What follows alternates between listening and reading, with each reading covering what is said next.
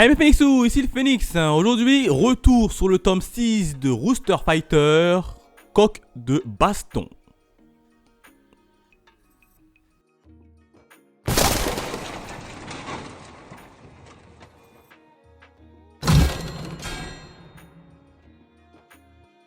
Comme d'habitude, retour sur la jaquette et les différents bonus. Bon, la jaquette, regardez, on a qui sur la jaquette, un magnifique jaquette, puisqu'on a les deux frères, Keiji et Keisuke, les deux frères sur la jaquette.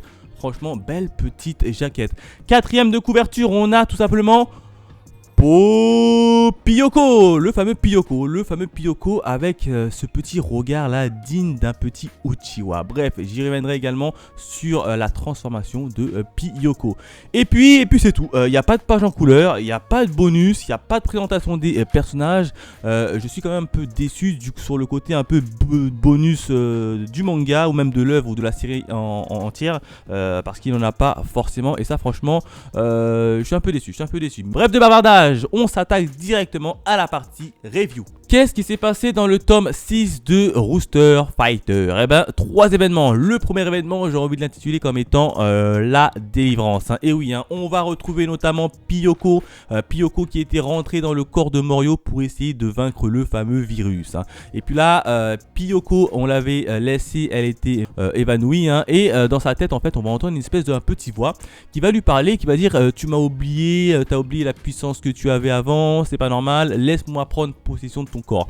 Puis là, très clairement, la fameuse esprit qui part dans le corps de Piyoko va prendre le corps de Piyoko en charge. Et là, franchement, Piyoko, elle est badass. Elle va avoir des jeux dignes d'un Uchiwa, les mêmes yeux que Sasuke Uchiwa, avec un petit air de Sharingan. Là, très clairement, on comprend que Piyoko, c'est confirmé, elle a un pouvoir en elle refermé, qu'elle même elle ne s'en souvient plus, mais à mon avis elle referme un pouvoir terriblement puissant. C'est d'ailleurs pour ça que elle ne grandit pas, donc elle est en manque de croissance. Et d'ailleurs ça avait déjà été relevé par Elisabeth. Elle a dit c'est bizarre, d'habitude les poussins grandissent assez vite, assez facilement.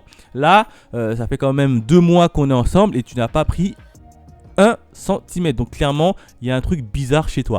Donc là très clairement ça confirme l'effet d'Elisabeth.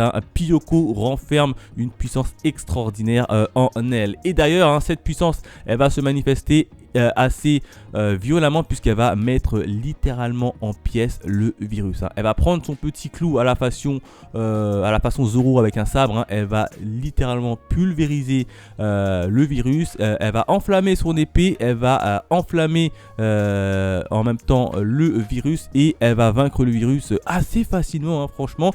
Et de cette manière là ça va un peu libérer Morio du mal qu'il était pris. Donc là vous pouvez voir que Piyoko renferme une puissance phénoménale. Elle n'en a pas conscience pour le moment, mais en tout cas Piyoko, faudra faire attention à elle pour les prochains combats. Le deuxième événement, j'ai envie de l'intituler comme étant le Kijin Bazooka. Très clairement, le Kijin Bazooka, il est quand même un autre niveau supérieur. Puisqu'on va retrouver notamment Keiji et Seisuke qui combattent toujours le fameux Kijin Bazooka. Puisque Elisabeth, elle, ne peut rien faire. Elle a juste un petit pistolet qui peut... Et puis c'est tout. Donc elle peut strictement rien faire. Donc elle s'est un peu mis de côté. Et puis elle a laissé faire les deux frères. Là, les deux frères, franchement, ils ont quand même du mal. Alors, ils vont essayer de lui envoyer quelques coups. Ça va faire mouche, ça va le toucher. Mais là, on va très vite s'apercevoir que le fameux Kijin Bazooka, il a la capacité de se remodeler. En gros, vous le touchez à la tête, sa tête elle est déformée. Et tac, sa tête elle se reforme. Un peu à la façon Boo dans Dragon Ball Z. Là, très clairement, le Kijin, il va passer aux choses sérieuses. Il envoie 2 missiles. Mais ces 2 missiles tête chercheuse en direction des deux frères.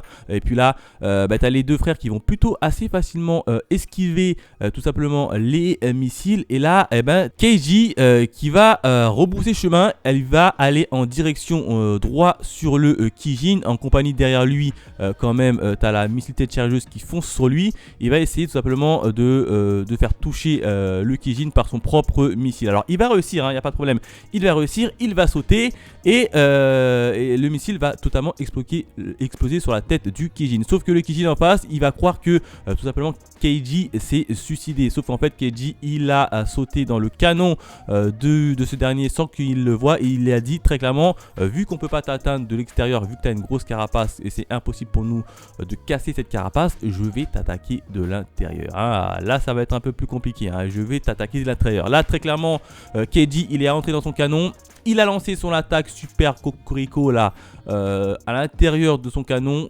s'est littéralement explosé. Pam, littéralement explosé. Et tout de suite après, et ben, t'as Keisuke qui lui envoie un coup violent dans le ventre et qui réussit à désintégrer littéralement le Kijin Bazooka. Et c'est comme ça qu'ils ont battu le Kijin Bazooka. Bon, ça a été très compliqué, mais il a fallu quand même l'intervention des deux frères hein, et de se mettre à deux pour vaincre le Kijin Bazooka. À la suite de ça, on pense que tout est fini, tout est ok. Pas du tout, pas du tout, puisqu'il va y avoir Ikari. Ikari va venir et créer un peu la zizanie. Le troisième événement, j'ai envie de l'intituler comme étant l'orbre. Et oui, hein, un nouveau pouvoir va s'activer dans ce tome-ci. On va retrouver notamment Ikari. Ikari, comme je vous l'ai dit, il s'approche, il s'avance. Hein, il a vu que sa création s'est fait battre assez facilement. Ikari va prendre une chose en main et va dire clairement, c'est moi qui va mettre un terme à votre vie, hein, les deux frères. Et puis là, tu as les deux frères qui vont essayer de foncer dessus à fond. Vu qu'ils sont un peu épuisés avec leur dernier combat, et t'as Ikari quand même, il a facilement le dessus. Hein. Très clairement, Ikari, il a facilement le dessus. Il est même beaucoup plus fort que le Kijin Bazooka. Hein. Je vous rappelle quand même, Ikari, c'est lui qui a créé le Kijin Bazooka, donc il est un ton supérieur. Et puis là, il va littéralement les massacrer. Même Elisabeth va essayer d'intervenir, ça ne va pas fonctionner. Hein. Malheureusement, Elisabeth, elle a que son pistolet, donc elle va se faire remballer assez facilement. Et là, on va apprendre en fait que tout simplement Keisuke a une certaine attaque hein, qui s'appelle l'orbre. En gros, si vous préférez, c'est qu'à l'intérieur de son corps, il a une capacité à produire un peu plus de pouvoir et de lever un peu sa puissance. Hein. Grosso modo, c'est l'équivalent d'un Super Saiyan SCJ2. Hein. Grosso modo, il peut se transformer comme ça quand il fait appel à l'orbre. Là, on va voir un peu le passé également de Keiji. Comment est-ce qu'il a fait pour justement apprendre cette fameuse technique qu'il a été enseigné par son père. Là, très clairement, il va l'utiliser. Hein, il va l'utiliser face à Ikari. Hein, il va se mettre en SCJ2. Et là, tu vois quand même, tu as toute l'aura qui ressort de lui. Keisuke décide de l'utiliser sur Ikari, mais manque de peau. Hein, Ikari arrive facilement à bloquer cette attaque. Quand tu sais que c'est censé être quand même l'attaque ultime, Ikari, il la bloque assez facilement. Là, Ikari reprend un peu le dessus sur les deux frères. Et puis, tu as Morio qui est un peu délivré, qui arrive en plein milieu du combat et il veut mettre un peu son grain de sel dedans. Sauf que voilà, hein, en face, tu as quand même Ikari qui esquive et qui met facilement à terre Morio, qui est quand même un assez gros colosse. Hein. Là, tu vois, il le met facilement à terre. Et puis là, tu as Keisuke qui passe à l'équivalent du SCJ3, grosso modo. Il dit là, je veux y aller à la pleine puissance. Keisuke, il y va. Il fonce en plein sur Ikari. Et il arrive à le désintégrer. Donc là, à la grosse surprise, hein, Keisuke a réussi à battre quand même un Keiji, un Ikari à sa plus haute puissance. Hein, franchement, bravo à eux. Là, tu penses que tout est fini, ils vont pouvoir un peu sauver leur père. Eh ben, pas du tout, hein, puisque en fait, Ikari n'est pas mort, puisque Ikari va tout simplement se transformer en être un peu plus puissant à mon avis. Et c'est comme ça que se termine le combat. En plus de ça, on a vu un petit Ikari qui était assez classique au début. Pendant le combat, il a quand même été obligé un peu de se transformer et à la fin du combat il y a une autre transformation qui est venue pour essayer de lui redonner un peu plus de puissance. Donc là franchement un très beau combat qui oppose les deux frères face au fameux Ikari.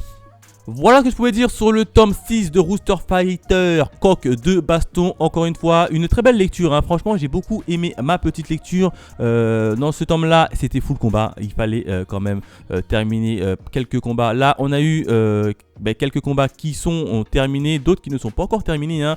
On a eu la vraie puissance de Pyoko qui s'est enfin révélée. Pyoko qui cache en elle une puissance extraordinaire.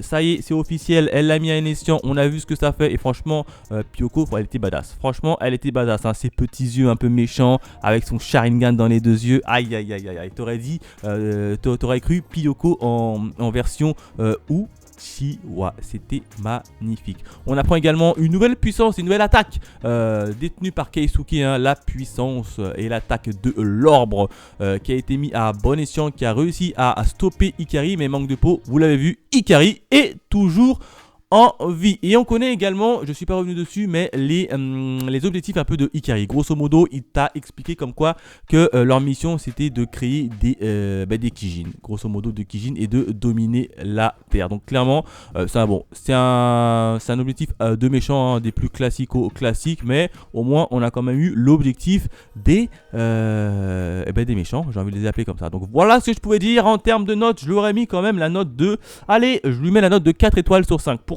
Parce que ça manque quand même de bonus. Je suis désolé, mais un titre comme ça, il doit au moins avoir une page en couleur ou bien la présentation des différents personnages. Là, tu ouvres le tome direct, tac, tu avances dans l'histoire. Pas de page en couleur, pas de présentation des personnages. Bon, il y a que les jaquettes qui sont assez jolies, mais quand même un poil déçu sur la partie bonus. Voilà ce que je pouvais dire sur ce tome-ci. N'hésitez pas à me laisser vos avis dans les commentaires, à liker la vidéo si vous l'appréciez. Quant à nous, on se retrouve très vite pour de nouvelles aventures. Allez, bye mes Phoenix.